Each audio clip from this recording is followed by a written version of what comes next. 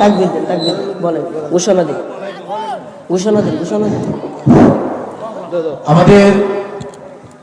আমাদের মধ্যে উপস্থিত হয়েছেন আমাদের প্রধানমন্ত্রী মহোদয় জনাব আব্দুল মান্নান সিকদার সাহেব। আমরা তাকে আসন দেওয়ার জন্য অনুরোধ করছি।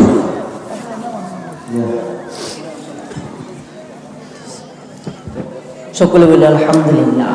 আজকের মাহফিলে যিনি প্রধান অতিথি আমাদের স্টেজে উপস্থিত হয়ে গেছেন, যাই হোক আমার সময় হয়তো কম, হুজুর আসলে আমি ছেড়ে দেব ইনশাআল্লাহ।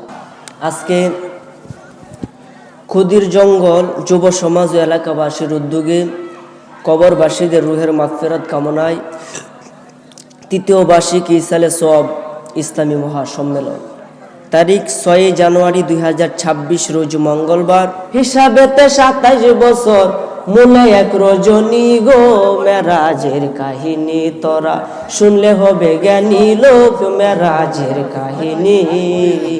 মুসলমানদের প্রধান কাবা বাইতুল হেরেম, তৃতীয় বাইতুল মুকাদ্দাস জেরুজালেম। সেই কাবা ছিল যখন খ্রিস্টানের অধীনে, পাদ্রী একজন ছিল বাইরে খ্রিস্টান বিধানে। সেই কাবা ছিল যখন খ্রিস্টানের অধীনে, পাদ্রী একজন ছিল বাইরে খ্রিস্টান বিধানে। আমার কি আর সাধ্য আছে, আমার কি আর সাধ্য আছে, আমার কি আর সাধ্য আছে গাইতে পীরের জীবনী। আই বড় পীর আব্দুল কাদের আউলিয়ার শিরোমণি, আই বড় পীর আব্দুল কাদের আউলিয়ার শিরোমণি। আচ্ছা, প্রধান অতিথি এবং বিশেষ অতিথি আপনাদের মধ্যে চলে আসছেন। আমার সময় কতক্ষণ নেই না। হ্যাঁ আচ্ছা, আমার সিঙ্গেল দিন শেষ করি। যাই হোক, আপনারা সকলে খুশি না বেজা? আমি অসুস্থ, এরপরেও কয়েকটা কথা আপনাদের সামনে বলতে চাই। কর্তৃপক্ষ যখন আমাকে সিগন্যাল দিবে তখনই আমি শেষ করে দেব ইনশাআল্লাহ। ঠিক আছে, একটু মনোযোগ দেন। যাই হোক, মহান আল্লাহ তাআলার দরবারে লক্ষ কোটি গুণ শুকরিয়া, যে মালিক ও মাওলা আপনি আমাকে আখির নবীর উম্মত হিসেবে কবুল করেছেন। যে নবীর উম্মত হওয়ার জন্য সমস্ত নবীগণ আল্লাহর দরবারে কান্নাকাটি করছে, শেষ পর্যন্ত আল্লাহ রাব্বুল আলামিন হযরতে ঈসা আলাইহিস সালামের দরখাস্ত কবুল করছে, তাকে আকাশে উঠিয়ে নেওয়া হয়েছে। তিনি শেষ জামানায় দুনিয়ার মধ্যে আসবে, কিন্তু নবী হইয়া না, আপনি আমার মতো নবীজির উম্মত হয়ে, বলেন সুবহানাল্লাহ। তাহলে সেই নবীজির সম্মান কম না বেশি? কতটুকু বেশি? অসংখ্য অসংখ্য। আমি পবিত্র কালামুল্লাহ শরীফ হইতে একটা আয়াতে কারিমা তেলাওয়াত করেছি। আল্লাহ রাব্বুল আলামিন বলেছেন, ওয়া রাফা'না লাকা যিকরাক, হে বন্ধু দুস্থ হাবিব, আমি আপনার সম্মানকে উঁচা করছি, বলেন সুবহানাল্লাহ। এখন আপনাদের কাছে আমার একটা প্রশ্ন, আল্লাহ কি সসীম না অসীম? আল্লাহ রাব্বুল আলামিন অসীম, তার সম্মান যে উঁচা করছে এটাও তো অসীম হইব, কথা কোন ঠিক না? এই কারণে আমরা নবীজির সম্মান মাপতে পারবো না, কতটুকু যে আল্লাহ রাব্বুল আলামিন বাড়াইছে বোঝানোর জন্য একটু বলি, একটু মনোযোগ দেন আমার ভাইরা, বাবারা, বন্ধুরা। দয়াল নবী, মায়ার নবীজির সম্মান আল্লাহর দরবারে যে কত মহান। একদিন নবীজি মাকামে ইব্রাহিম এবং জমজম কূপের মধ্যখানে জায়গার মধ্যে ঘুমাইতেছিলেন। এই মুহূর্তে আল্লাহ রাব্বুল আলামিন হযরতে জিবরাইল আমিনকে পাঠাইলেন, যাও যাও যাও, আমার নবীজিকে আমি আল্লাহর দরবারে নিয়ে আসো। মেরাজের ঘটনাটা বলতেছি। যখন নবীজিকে নিয়ে আপনার এই বাইতুল মুকাদ্দাসে গেলেন, ওইখানে একটা আজব ঘটনা ঘটছে। ঘটনাটা আপনাদের সামনে বলি, তাহলে বুঝবেন। বাইতুল মুকাদ্দাস মানে যেটা তখন জিনারা বানাইছিল, হযরত সুলাইমান আলাইহিস সালাম জিনদের বানাইছিল। ওই বাইতুল মুকাদ্দাস ছিল তখন খ্রিস্টানদের অধীনে, খ্রিস্টানদের অধীনে ছিল বাইতুল মুকাদ্দাস। একজন পাদ্রী ছিল, মানে খ্রিস্টানদের পীর সাহেব যাকে বলা হয়, একজন পাদ্রী। সে কি করতো, প্রতিদিন সন্ধ্যাবেলা আপনার কাবা ঘরের বাতি জ্বালাইয়া, মানে বাইতুল মুকাদ্দাসের সন্ধ্যা বাতি দিয়া তালা বন্ধ করে তিনি বাড়িতে চলে যাইতেন, পরের দিন আইসা খুলতেন।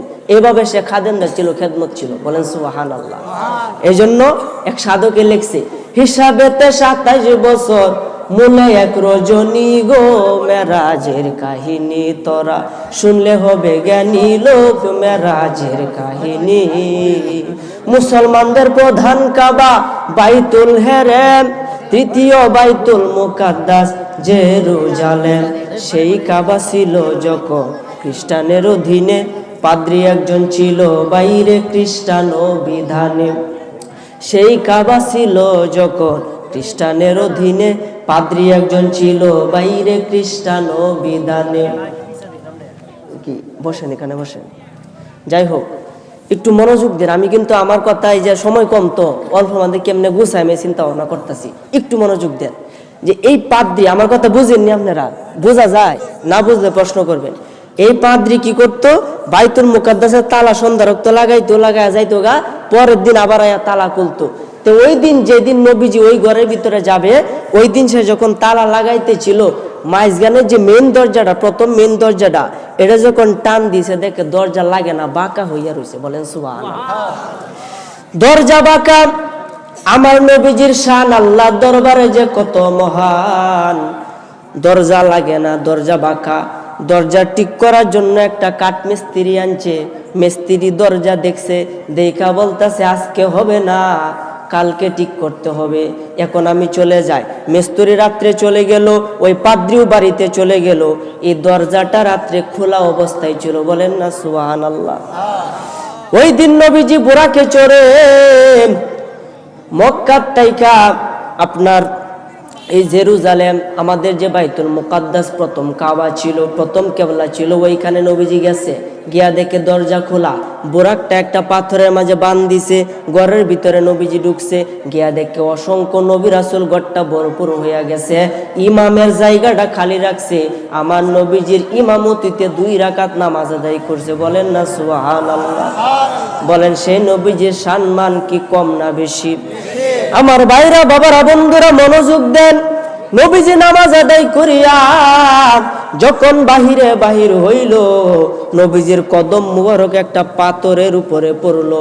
পাথরের জবান কইলা গেল, পাথর ডাক দিয়া কয় ইয়া রাসূলুল্লাহ, ইয়া হাবিবাল্লাহ, নবী গো, আপনার কদম আমার উপরে পড়ছে, আমি পাথরের জীবন ধন্য হইয়া গেছে। হুজুর, আপনার কাছে আমার একটা আবদার, আপনার কদমটা আমি পাথরের উপরে পড়ছে, আপনি আমার জন্য দোয়া করেন যাতে কিয়ামত পর্যন্ত আমার উপরে আর কারো পা যেন না লাগে। বলেন না সুবহানাল্লাহ। নবীজি কইতেছে, পাথর, তোমার জন্য আমি দোয়া করে দিলাম, যাও, কিয়ামত পর্যন্ত তোমার উপরে আর কেউ ফাও দিবে না, তুমি ঝুলন্ত অবস্থায় থাকবে। তখন নবীজির দোয়াতে এই পাথরটা ঝুলন্ত অবস্থায় আছে, আজও পর্যন্ত এইভাবে আছে, কিয়ামত পর্যন্ত ঝুললেই থাকবো। বলেন সুবহানাল্লাহ। তাহলে সেই নবীজির এই সম্মান কম না বেশি? আর জোরে বলেন না সুবহানাল্লাহ। পরের দিন সকালবেলা যখন এই পাদ্রী আসলো, আয়সা দেখে দরজাও ঠিক, সব ঠিক। আজব খেলা, আল্লাহ পাকের খেলা, বোঝা বড় দায়। তাহলে সেই নবীজিকে পাওয়ার দরকার আছে না নাই? সেই নবীজির সাধনা করার দরকার আছে না নাই? যদি থাকে, সেমনি কেমনে পাবেন? একজন কামেল মুকাম্মেল আল্লাহর ওলির সোহবতে যদি আপনি থাকতে পারেন, তাহলে সেই নবীজিকে পাইবেন। কথা কোন ঠিক কিনা? আল্লাহর ওলির পাওয়ার আছে না নাই? ক্ষমতা আছে না নাই? দিছে কে? আল্লাহ দিছে। কেমন? উদাহরণ দিলে বুঝবেন। এক আল্লাহর ওলি ছিল, নাম ছিল বোয়ালি কলন্দর। নাম কি? বোয়ালি কলন্দর। একটু মনোযোগ দেন। তিনার দাড়ি মুসলম্বা ছিল। তিনি ছিল মজ্জুব হালের ওলি আল্লাহ, মানে ফাগলা বেশে থাকতো। অনেক দেখেন রাস্তাঘাটে পাগল বেশি অনেকে ঘোরাফেরা করে না, তাদেরকে আপনারা তাড়ায় দিবেন না। অনেকেই আছে আল্লাহর ওলি। বলেন সুবহানাল্লাহ। আমার ভাইয়েরা, বাবারা, বন্ধুরা, খুব মনোযোগ দেন।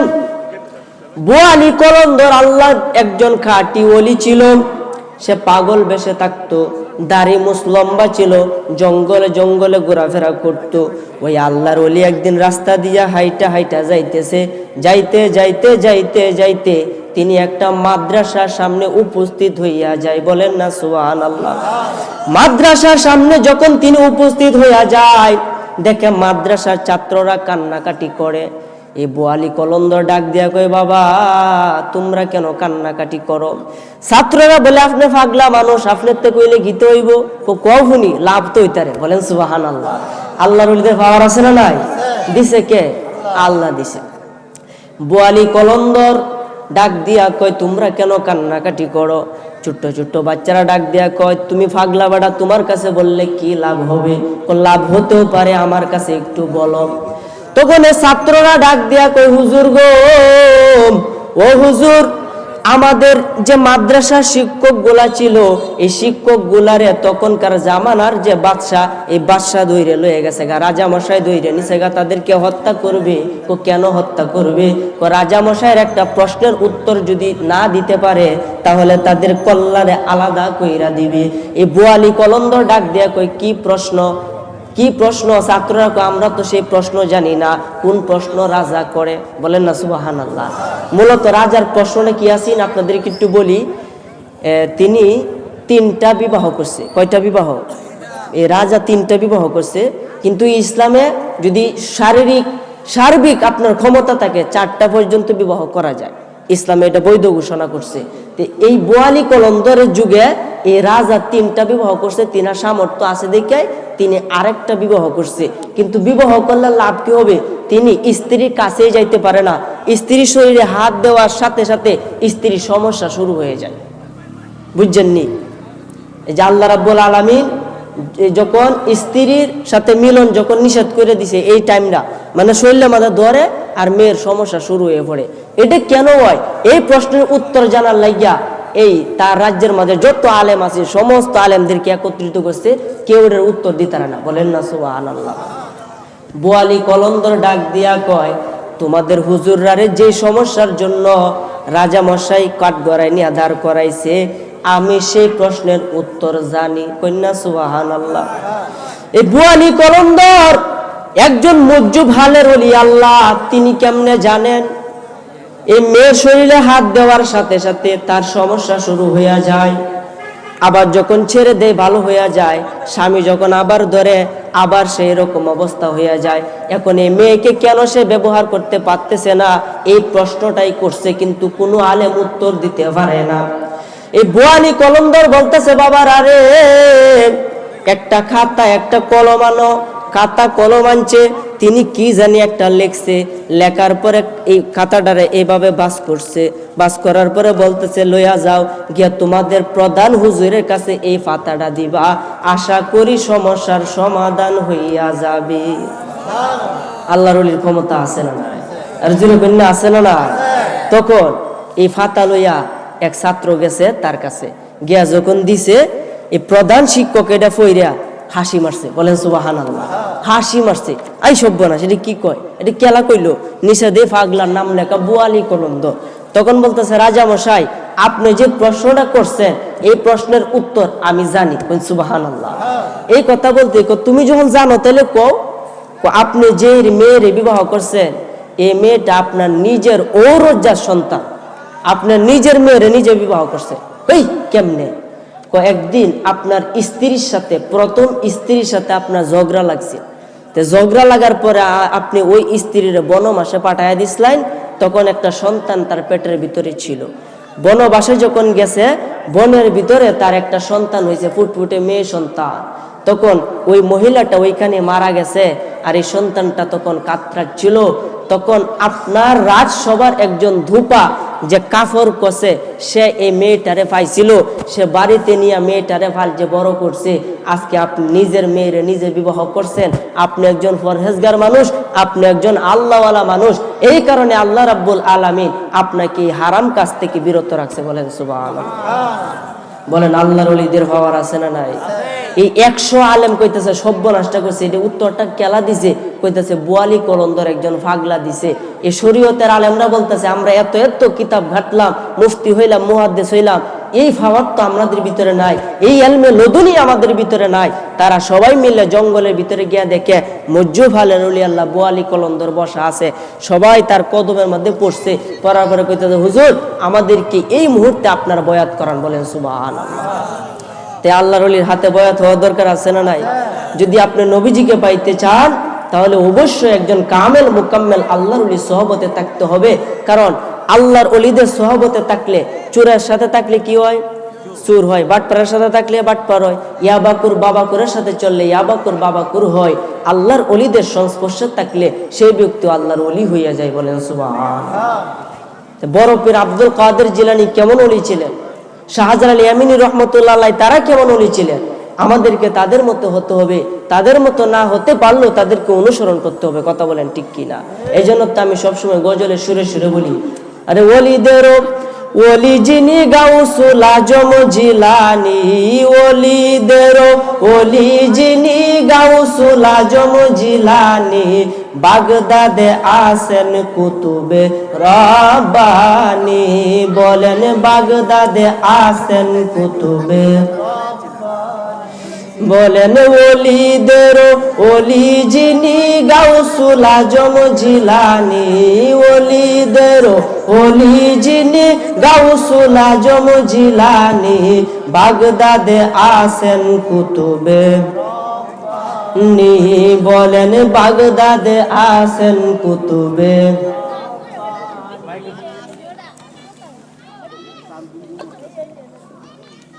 অপারেটর ভাই কোথায় গেছেন?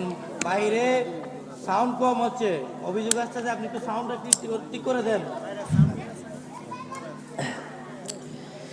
ওলিদের ওলি যিনি গাউসুল আজম জিলানী, ওলিদের ওলি যিনি গাউসুল আজম জিলানী, বাগদাদে আসেন কুতুবে। ওরে তোমার কাঁধে নবীজির কদম, ওরে সমস্ত ওলিদের কাঁধে তোমারই কদম। ওরে প্রমাণ আছে কিতাবেতে ভাই বোনেরা শুনছনি, প্রমাণ আছে কিতাবেতে ভাই বোনেরা শুনছনি, বাগদাদে আসেন কুতুবে। সে আব্দুল কাদের জিলানীর পাওয়ার আছে না নাই? ক্ষমতা দিছে কে? আল্লাহ দিলে আমাদের মতো মোল্লারা কিছু করার আছে? একদিন আব্দুল কাদের জিলানী রমজান মাসের দিন, আমাদের তো রজব মাস, সামনে শাবান, এরপরে রমজান। রমজান মাসের প্রথম দিন একজন ভক্ত, একজন মুরিদ তার কাছে গেছে, গিয়ে বলতেছে, হুজুর শুনছি রমজানের প্রথম দিন মানুষেরা দাওয়াত খাওয়াইলে ইফতার করে নাকি সব হয়, আপনার বাড়িতে আপনি একটু ইফতার করবেন। আচ্ছা ঠিক আছে।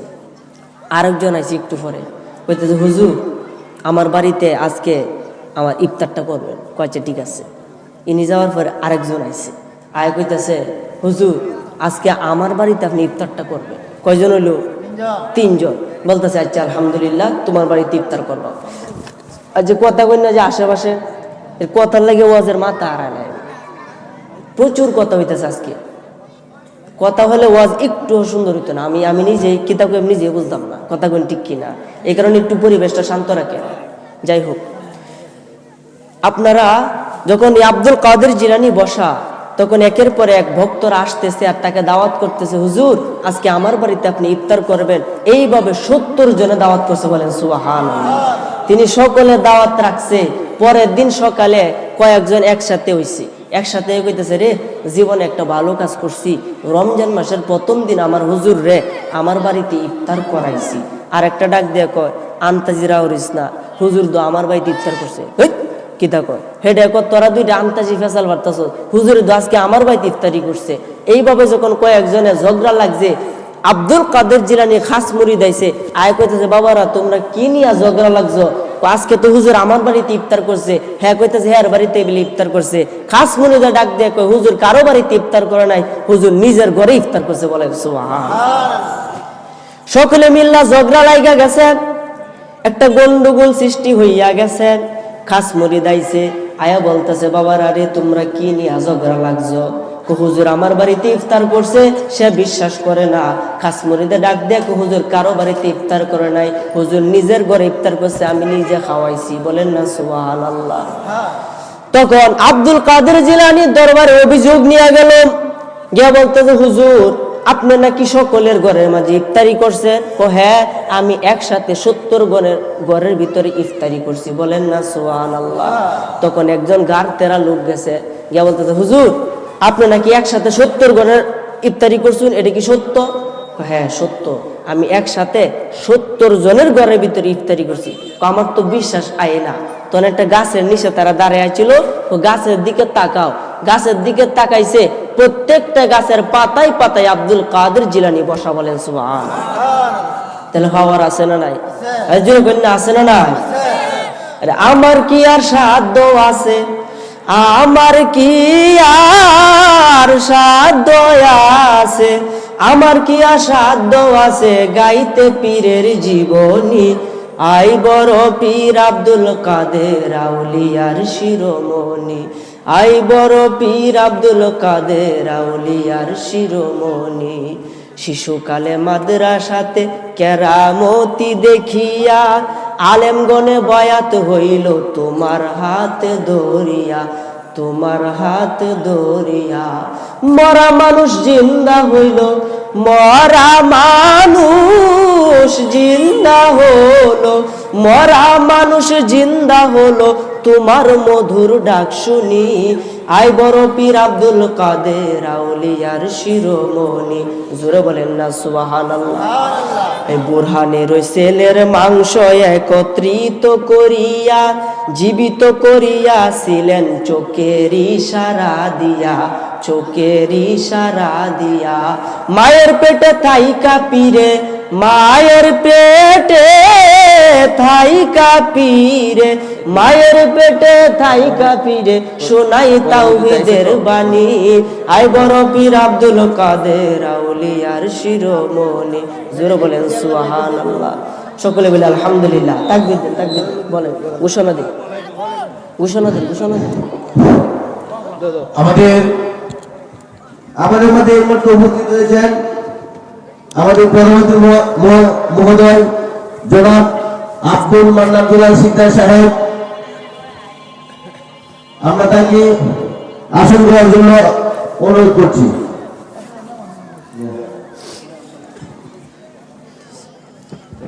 সকলে বলি আলহামদুলিল্লাহ।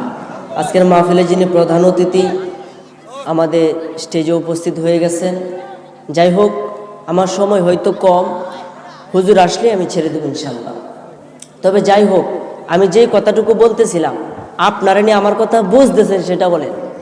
আমার কথা বোঝা যায়নি, না বুঝলে আবার আমার খারাপ লাগে, কারণ আমি অসুস্থ, এরপরে আপনাদেরকে বোঝানোর চেষ্টা করতেছি। আমার মেন কথা হচ্ছে যে আমরা যদি নবীজিকে পাইতে চাই তাহলে নবীজিকে পাওয়ার মাধ্যমই হলো ওলি আল্লাহ। বলেন সুবহানাল্লাহ। এই ওলি আল্লাহ সহবতে যদি আপনি থাকেন তাহলে আপনি নবীজি পর্যন্ত পৌঁছাতে পারবেন। কেমনে সম্ভব? ওলিদের কি পাওয়ার, ওলিদের কি ক্ষমতা। বড় পীর আব্দুল কাদের জিলানী যখন 7 বছর বয়স, কয় বছর? 7 বছর বয়স, তিনি ঘরের ভিতরে বৈশা বৈশা খেলাধুলা করে।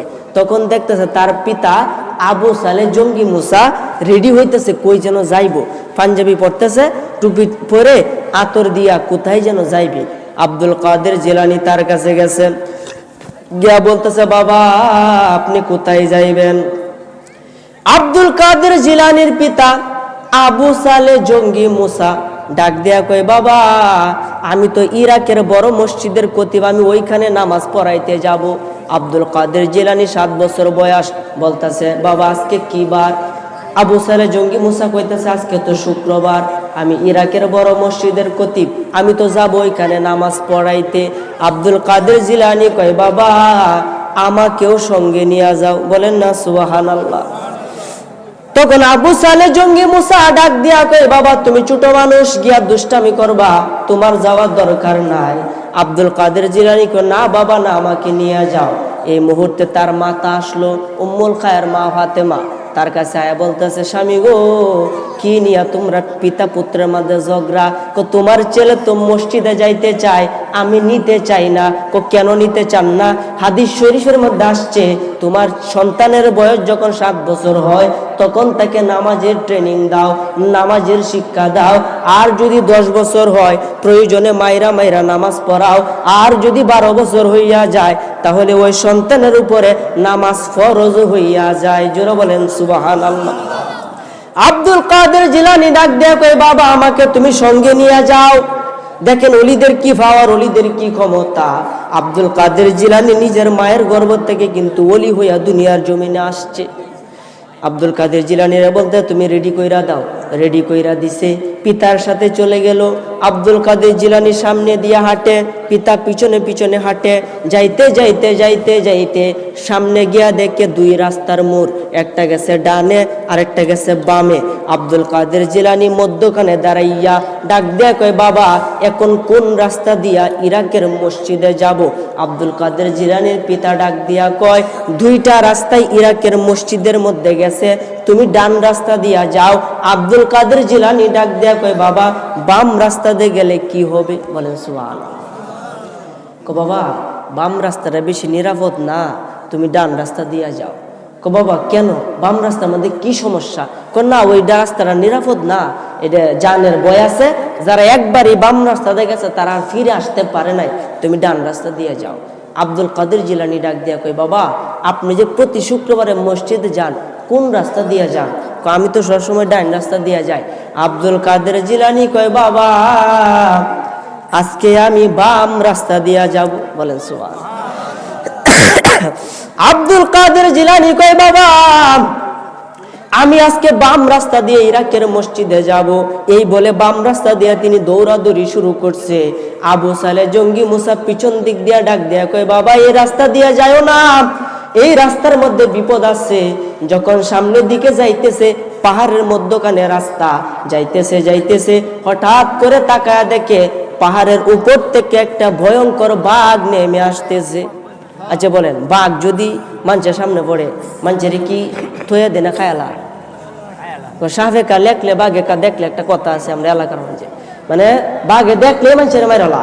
তখন আব্দুল কাদের জিলানী ছোট অবস্থায় বাঘ উপরের থেকে পাহাড় থেকে নামে নামে যখন আইতাছে, আবু সালে জঙ্গি মুসা ডাক দিয়া কয়, বাবা তোমার তো আমি আগেই নিষেধ করছিলাম এই রাস্তা দিয়ে না আইতা, এই তো বিপদ নামতাছে। বলেন সুবহানাল্লাহ।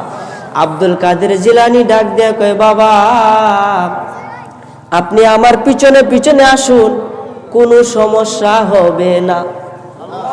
আর জোরে কন্যা সুবহানাল্লাহ। তো ওলিদের ভাবার আছে না নাই? আর জোরে কন্যা মে আছে না নাই?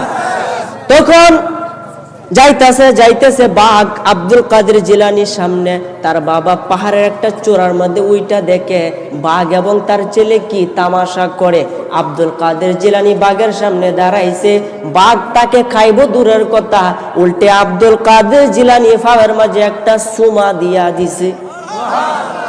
বাঘের জবান আল্লাহ কইলা দিছে। বাঘ ডাক দেয়া কই, হুজুর আজকে 3-4 দিন যাবত আমি কোনো কিছু খাই না, আপনাকে দেইকা আমি ওই পাহাড়ের উপর থেকে নামছিলাম যাতে আপনারা খাইয়া আমার ক্ষুধাটারে নিবারণ করতে পারি, কিন্তু আমি যখন আপনার সামনে আসলাম, খোদার কসম আপনার শরীর থেকে দয়াল নবীজির গন্ধ পাওয়া যায়। আর জোরে বললেন সুবহানাল্লাহ। কেমনে গন্ধ পাওয়া যায়? আমাদের নবী যখন মেরাজে গেছিল তখন বুরাক নামে যে বাহনটা ওইটা দিয়ে গেছিল, যখন 7 আসমান পাড়ি দিয়া সিদরাতুল মুনতাহার মাঝে গেছে, তখন জিব্রাইল বলতেছে, হুজুর আমি আর সামনে যাইতাম না, বুরাকও যাইতাম না। তখন আল্লাহ পাকের পক্ষ থেকে রফ রফ নামক একটা বুরাক আইছে, হে বুরাকও ফেল হয়ে গেছে। তখন আব্দুল কাদের জিলানী রুহের জগৎ থেকে নবীজিকে তার কান্দে কইরা আল্লাহর দরবারে পৌঁছে দিছে। এই নবীজির কদম মুবারক তার কান্দের মাঝে পড়ছিল। ওই দিন থেকে আব্দুল কাদের জিলানী যাহা বলে আল্লাহ তাহাই পূরণ করে দেন। তো ওলিদের পাওয়ার আছে না নাই? আব্দুল কাদের জিলানী বাঘের ডাক দেয়া কয়, বাঘ তুই আমারে খাইবে নি? আমি হইলাম আব্দুল কাদের জিলানী। বলতেছে, হুজুর বেয়াদবি মাফ চাই, আপনার শরীর থেকে দয়াল নবীজির আমি গন্ধ পাইতেছি, আপনারা আমি খাইতে পারবো না। এই বলে বাঘের দাঁত থেকে চলে গেল। তার পিতা পিছন দিক দিয়া কয়, আল্লাহ এই কেমন সন্তান আমার ঘরের ভিতরে তুমি দান করলা, এর যে কত পাওয়ার আজকে তো আমি নিজের চোখকে দেখছি। জোরে কন্যা সুবহানাল্লাহ। এই জন্য তো আমি কই, মা জননী কোরআন পড়ে গর্বেতে রেখে সন্তান 18 সিপারা কোরআন মুখস্থ করিয়া যান। মাই জানে না ছেলের খবর, মাই জানে না ছেলের খবর, হইয়া গর্ভধারিণী তোমারই নামের গুণে আগুন হইয়া যাই ফানি। জোরে বলেন না সুবহানাল্লাহ। জন্ম তোমার জিলানেতে, আরে রমজান মাস ছিল তখন, দিনের বেলায় দুগ্ধ খাও না, তাতে তোমার রোজা হয়, বলেন না সুবহানাল্লাহ। আরে জন্ম তোমার জিলানেতে, আরে ছিল রমজানের সময়, দিনের বেলা দুগ্ধ খাও না, তাতে তোমার রোজা হয়। কেউ জানে না চাঁদের খবর, কেউ জানে না চাঁদের খবর, জানে গাউসে সামদানি, তোমারই নামের গুণে আগুন হইয়া যাই ভানি। জোরে বলেন না।